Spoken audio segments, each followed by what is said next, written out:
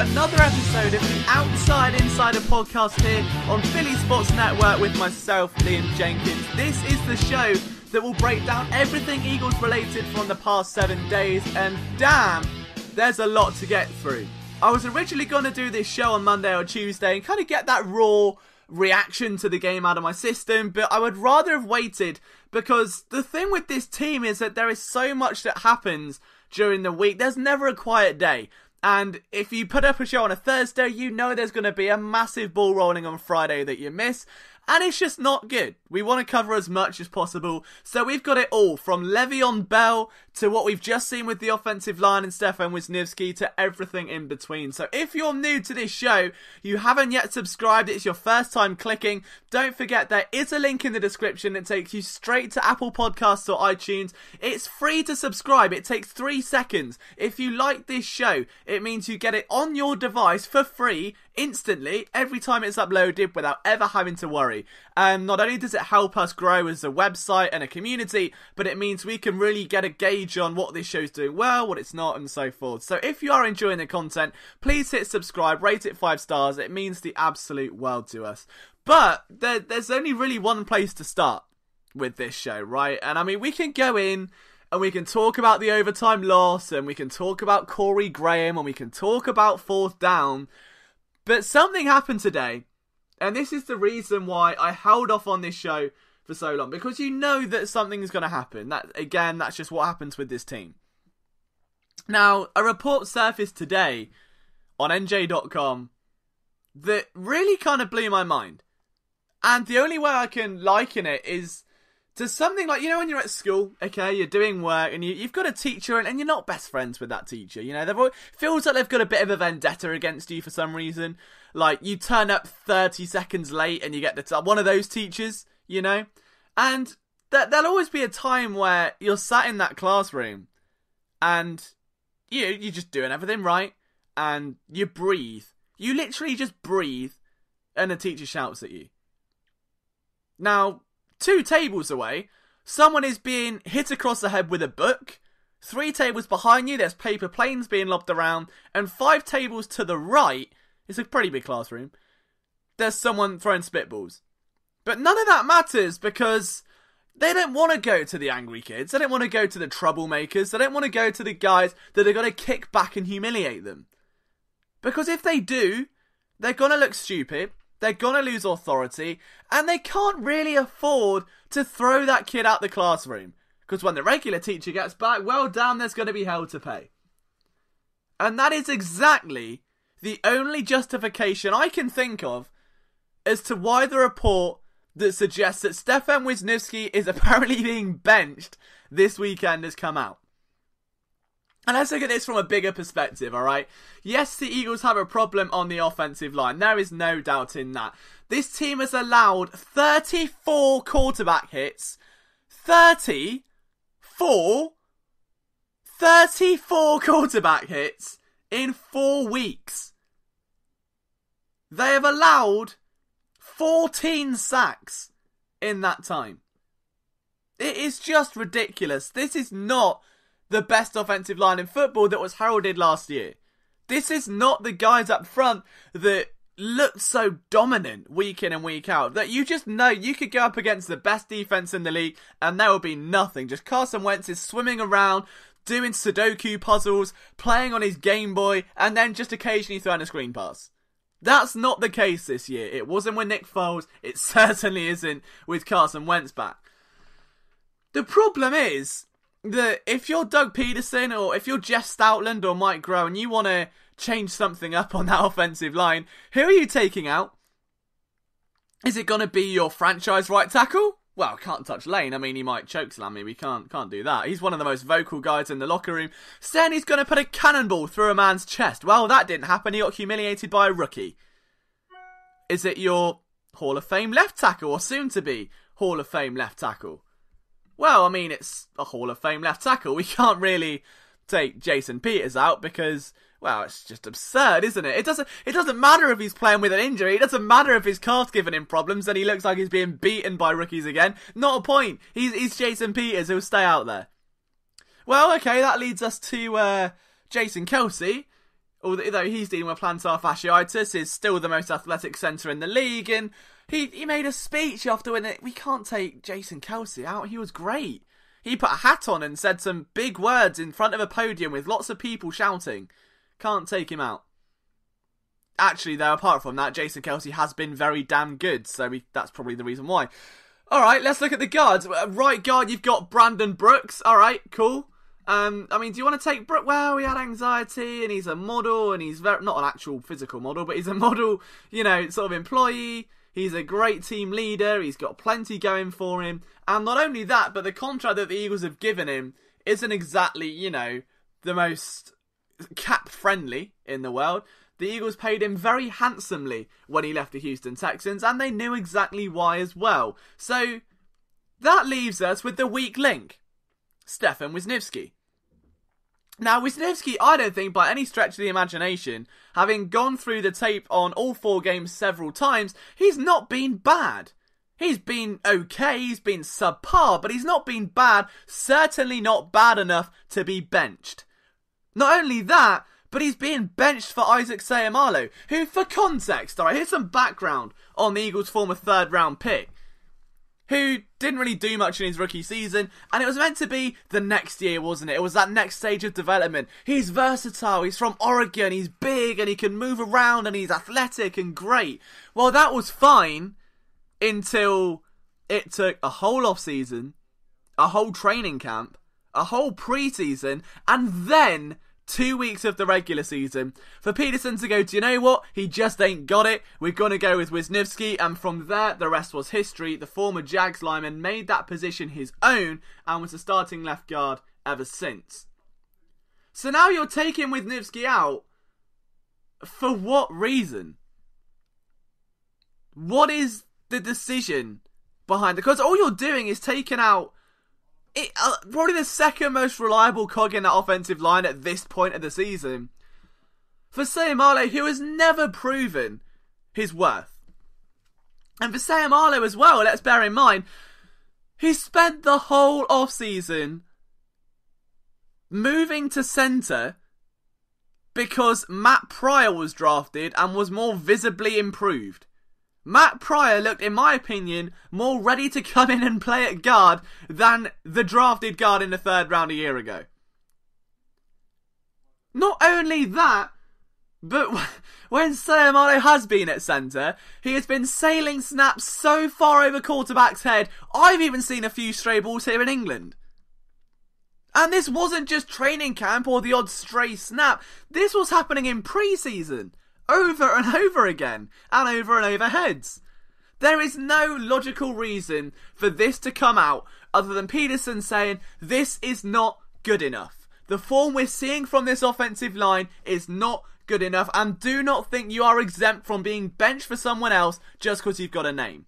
Now the problem is, you can't go in and take out Lane Johnson, you can't go in and take out Jason Kelce, you certainly cannot touch the golden shrine of Jason Peters. So what you've got left is Brandon Brooks, who's been paid a lot of money, or Wisniewski, who could be gone after next season.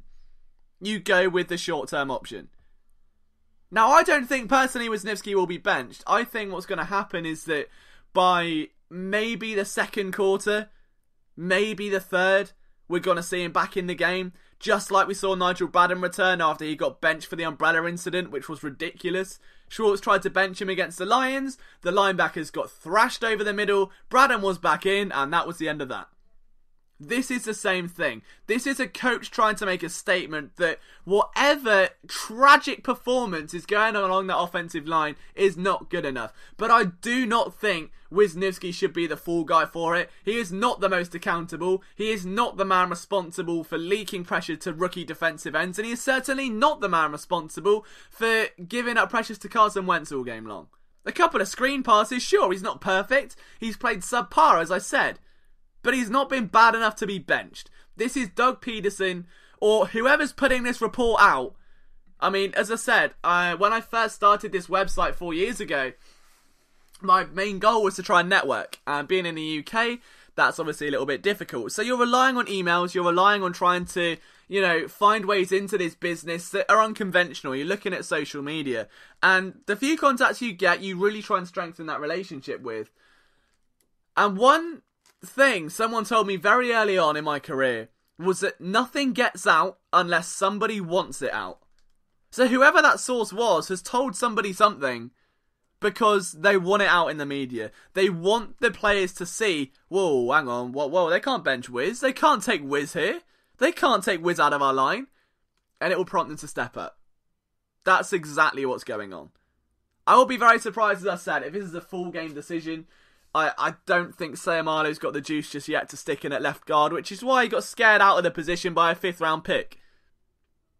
So, there's that. Well, moving on, again, if you're new to this show, you haven't yet subscribed, make sure you do. There is a link in the description, and this show can't grow without your help. You know, I sit here for half an hour every week talking to you guys because hopefully it's improved your day somewhat. So if it has, make sure you hit that button in the description and rate it 5 stars, and I may even buy you a cup of tea if you're coming over for the London game. There's one man who won't be coming over for the London game. And this is something that, again, it has driven me crazy. And people have asked me about this all week long. Like, my Twitter mentions have just been flooded with, Liam, where's Le'Veon Bell? Can the Eagles get Le'Veon Bell? Will the Eagles get Le'Veon Bell? And the answer has always been the same. There is a reason I have not spoken about this, because it is complete ridiculous behaviour. Like, there is a reason the only time this ever gets spoken about is on the radio. I have not seen one written report. One written report. One tweet from an insider. One Facebook post. Anything of substance other than a radio personality going, well, the Eagles need Le'Veon Bell because J.J. is injured and they've got no depth. Brilliant. Alright, so let's just throw 17 million at Le'Veon Bell now? That's what we're going to do? For a rental? Here's what... It's honestly comical. There is a reason that this has been 6 days of stuff being thrown at a wall again and again and again, hoping something will stick, and nothing has. There has been nothing solid to these rumours at all. Here's why. In fact, let's go one further. Let's do 5 reasons why, okay? Number 1, the time. Okay, now the Eagles are operating, or would be operating, on quite a minimal window. You've got to get to week 7. That's when, we're looking at for a trade, roughly, if it should happen. So, by that point, Ajayi may be back from injury, Sproles could be back from injury, Clement could be back from injury, and then there is literally no point. There is no point in trading for a running back that's going to suck up $9.41 million worth of cap space. For 8... Alright, okay, so let's just take that bit out of the equation. Let's just focus on there's no point, all your running backs are healthy. Point 2, $9.41 million worth of cap space. Do you know how much cap space the Eagles have right now? 3.7 million. Under half of what Le'Veon Bell would even cost to break the balance even the Eagles have. Wow, what a situation we find ourselves. I tell you what, we know we're down 7 million. Let's just get a loan, shall we? Let's phone up some national union, get a credit, give Donald a call, get a credit loan, and we'll just bring in him. Well, it's fine, we'll bring Le'Veon Bell to Philly. It doesn't matter, forget the money, forget the fact that contract restructures have been done for the last 2 off-seasons because Howie Roseman has done all he can to backload contracts of everyone on the Eagles roster. Fletcher Cox, Lane Johnson, Alshon Jeffrey, Timmy Jernigan, Zach Ertz, Brandon Brooks, Nigel Bradham, Jason Kelsey, Malcolm Jenkins, Rodney McLeod all have backloaded deals. All of them here for at least 4 years. Nearly all of them had to restructure, and all of them are going to sting this team for 3 or 4 years, where the Eagles are projected to have the least cap space in the NFL. Oh, that was a lot to get off my chest. Alright, let's get to point 3. Let's get to the timing of Bell's actual, arrival in Philly. Let's say somehow the Eagles do pull off this move. They have a flurry of running backs. It doesn't matter, because now Le'Veon Bell is the guy. Okay, so Bell gets in week 7. Alright, week 7 arrival, he rolls to Philly. That's all lovely. In he comes, he's got a crowded backfield around him. When are we going to see him on the field? Just off the bat, just have a think in your head. He gets there week 7. Okay, that's the game against the Panthers. You're going to start him week 8 against the Jags, where he's had a week to pick up a whole playbook a whole load of RPO stuff, a whole load of blitz protection stuff, a whole load of offensive line audibles, a whole load, just basically a whole playbook and offense and terminology in a week. You're going to play them against the Jags, who are the best defense in the NFL. Nuh-uh, if so, very minimal. Week 9 is a bye. Week 10, you've got the Cowboys. By week 10, you're looking, that's when playoffs are made or lost. And if you're going to hinge it on a 1, 2, 3, 4, what, a 6-week rental? Presuming that week 17 is meaningless, you are paying $9 million for a 7-week rental. Now, I'm a gambling man. That doesn't seem right to me. It just doesn't make any kind of logical sense at all. Now, don't get me wrong. Alright, Le'Veon Bell is a generational back. The man has got talent beyond his years. He runs routes like a wide receiver. He's got the physicality of a tight end. But he's so damn elusive, he is like a human video game. There is no denying what he brings to the table at all. But let's just take a look onto our final point now. If Bell costs $9 million just for 7 weeks, should we have a look at who's earning $8 million plus for a whole season on an average salary? I'll tell you, let's go one further, alright? Let's have a look at who's earning $8 million plus for just 2018. Alright, so who are the Eagles spending that much on to get a whole season out of, alright, for a base salary? Brandon Graham and Fletcher Cox. Do you want to know what the running backs are getting currently? Do you want to know how much the Eagles are paying all of their running backs combined? They're paying $1 million to Darren Sproles, $2 million to Jay Ajayi, $600K to Wendell Smallwood, $500K to Corey Clement, $400K to Josh Adams. And you're telling me that they're going to spend $9 million on one running back that would literally make him the second highest paid player on that team for 7 weeks. And do you know what the ultimate argument to this is? Oh, well, they could trade Nick Foles. Alright, brilliant. You're going to trade Nick Foles when Carson Wentz is being clattered, battered, and absolutely banged up 34 times in 4 games. You're going to trade Nick Foles. So if Wentz goes down, bearing in mind, he's already taken some pretty big hits on that knee. This isn't a joke. If Carson Wentz goes down and you trade Nick Foles now, bearing in mind where most teams who would be looking for backups have already shifted to their rookies. Baker Mayfield's the guy in Cleveland. Josh Rosen is the guy in Arizona. Josh Allen is the guy in Buffalo. Do you really need a backup anywhere at this point? Name me a team. The Eagles had their window to trade Nick Foles. They're certainly not going to shift that $20 million hit next year off their books right now. It won't happen. They will not trade Nick Foles. If they do, I will be extremely stunned. But this just screams to me, it's radio chatter where people are dying out for conversation. And you know, I am, stumped. Because there's loads to talk about when it comes to this football team. It's not exactly like there's a shortage of topics. It's not exactly like they've just come off of an overtime loss to the Titans where Corey Graham blew a 4th and 15. But somehow, well, let's bring Le'Veon Bell to Philadelphia, shall we? The other argument we hear is, well, Jay Ajayi's a hit from being done, Darren Sproles is done, he's only here for a year, Wendell Smallwood hasn't got it, Josh Adams isn't very good, and then you've got Corey Clement who does a bit of everything but can't stay healthy through this year. That's fine, that's great, I see your point. You're not going to mortgage £9 million in a position you've got $2 million currently invested. You don't do that. It just doesn't make sense. If you want a trade target, you look at someone like Amir Abdullah, or maybe even bringing back Kenyon Barner if you can. You want a cheap option, a cheap and reliable option. This isn't about getting a cornerstone. You build from the ball out. Do you think that since 2016, there has been a consensus that the Eagles should be drafting a running back in the first round? It was gotta be Dalvin Cook. You get to this year, it was gonna be Royce Freeman in the mid-rounds. The year before that, We had guys left, right and centre going off the board. It could have even been Ezekiel Elliott at one point.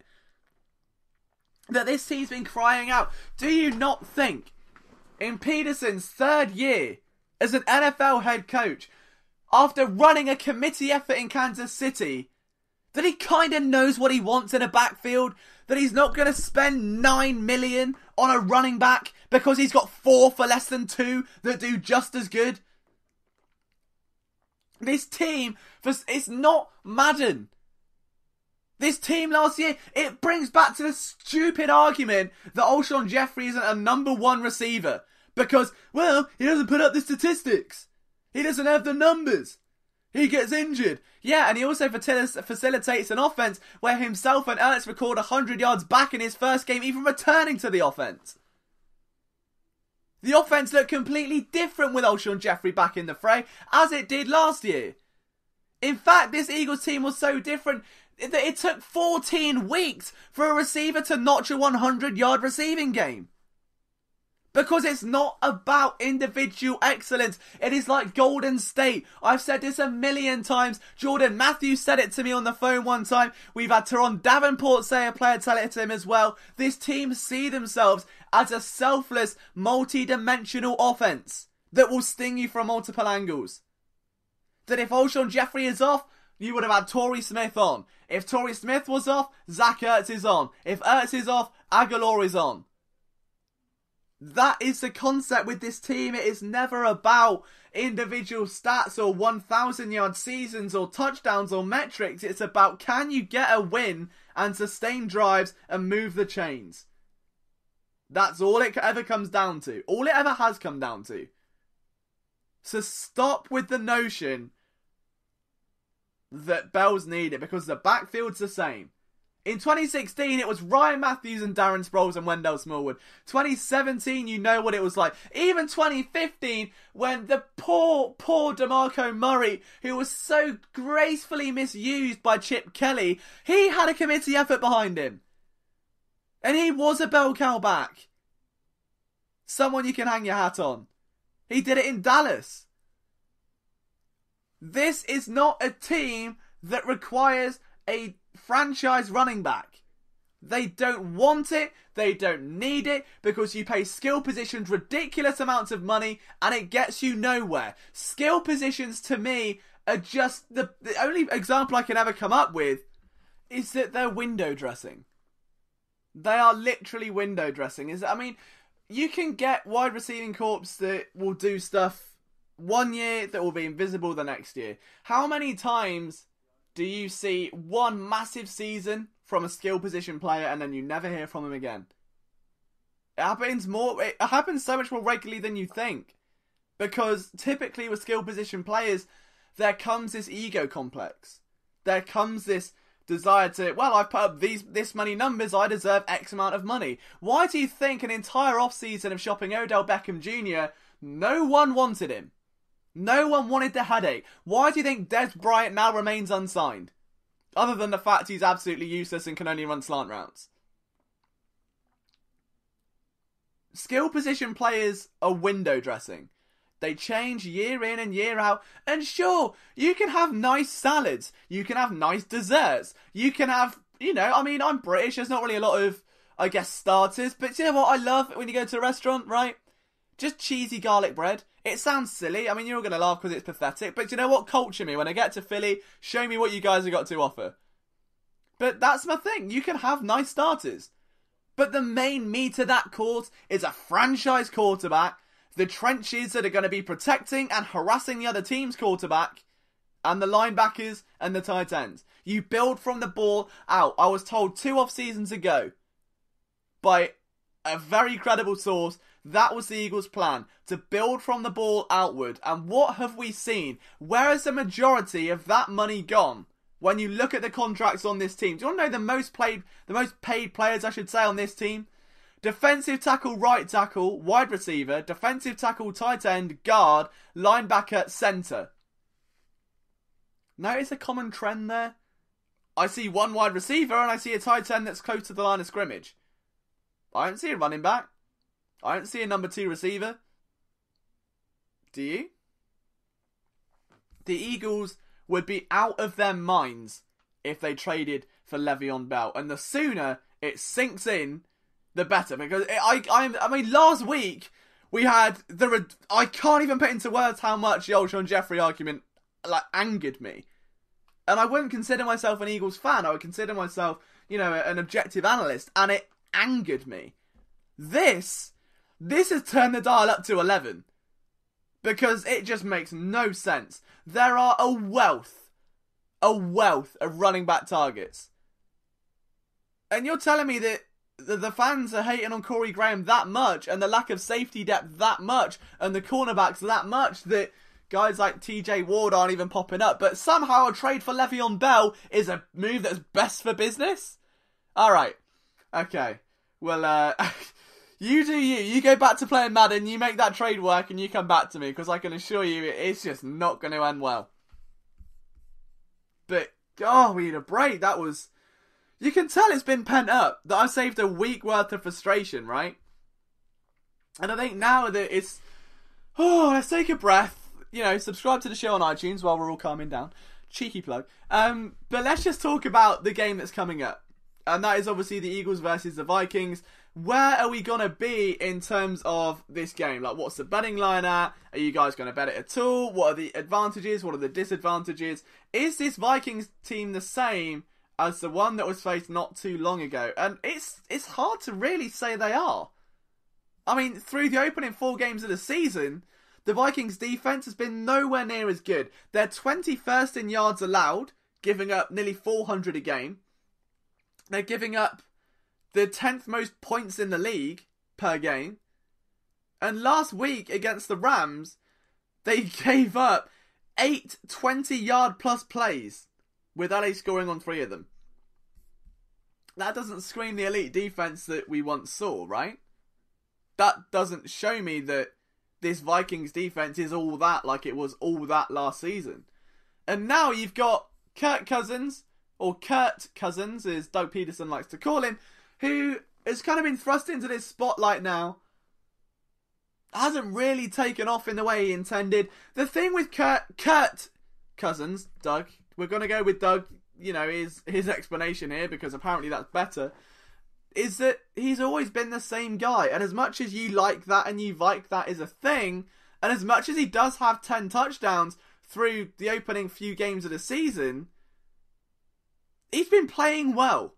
He's averaging nearly 8 yards per attempt, completing 70% of his passes, and he's thrown 10 touchdowns and 2 picks. He's had a strong year, but Kirk Cousins is the same quarterback he always has been with Washington. He moves the chains and will pick defenses apart.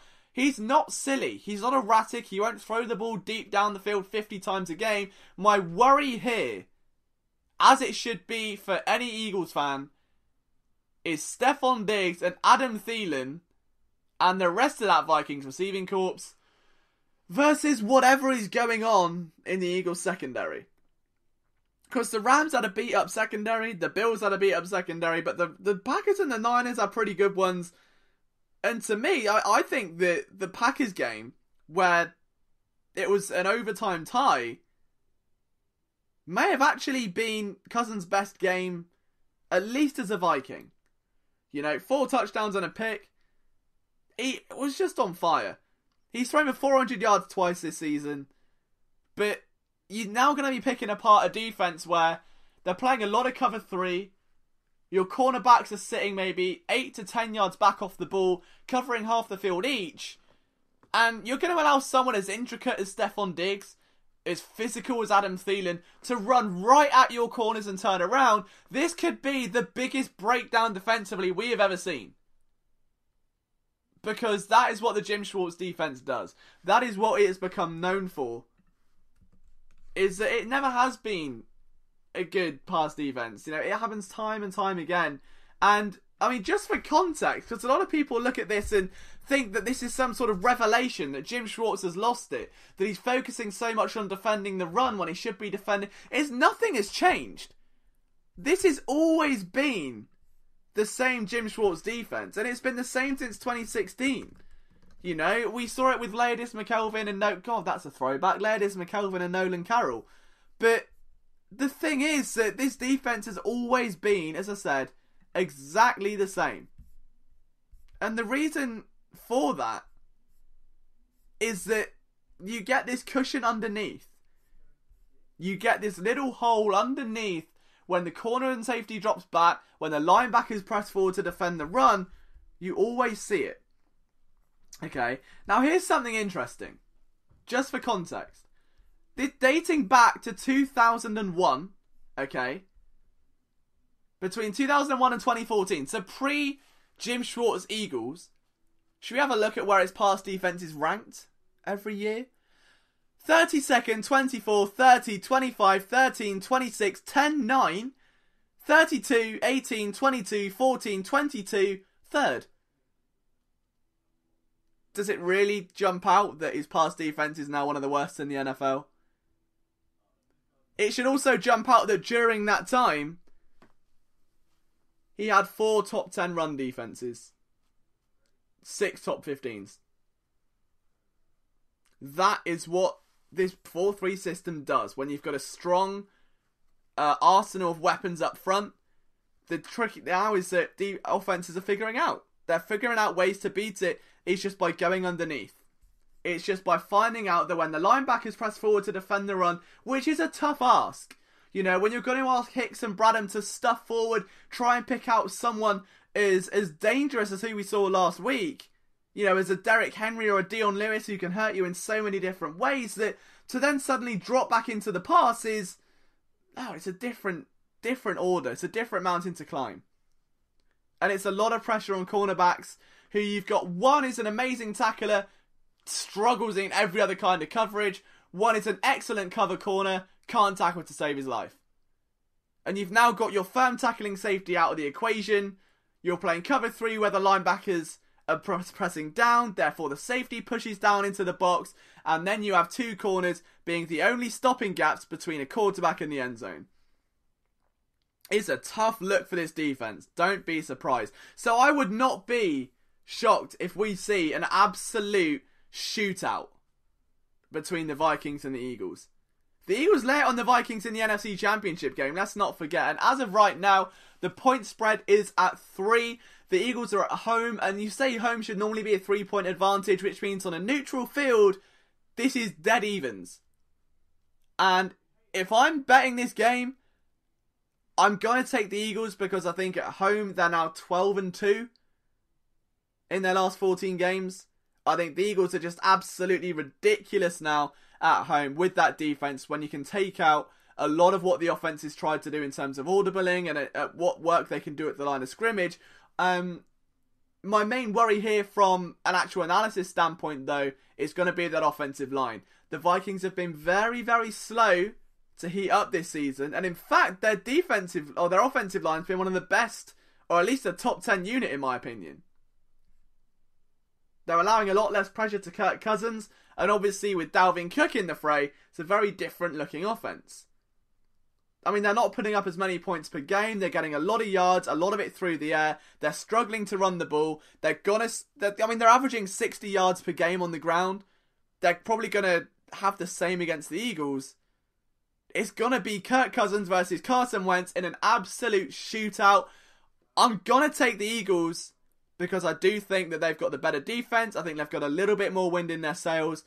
Vikings have got revenge on the mind, but if their defense is a little bit lesser than the Eagles, and Wentz is firing on all cylinders, and Jeffrey's back to his best, then we're going to see potentially even a 48-45 win or something of that nature. But I want to hear your predictions, guys. If you're watching us on YouTube, let me know in the comments. If you're not, at Liam Jenkins 21 is the place to go on Twitter. Thank you so much for tuning into this episode. It has been a pleasure bringing it to you. If you're not subscribed again, please do hit subscribe down below for iTunes and Apple Podcasts. It gets delivered straight to your phone.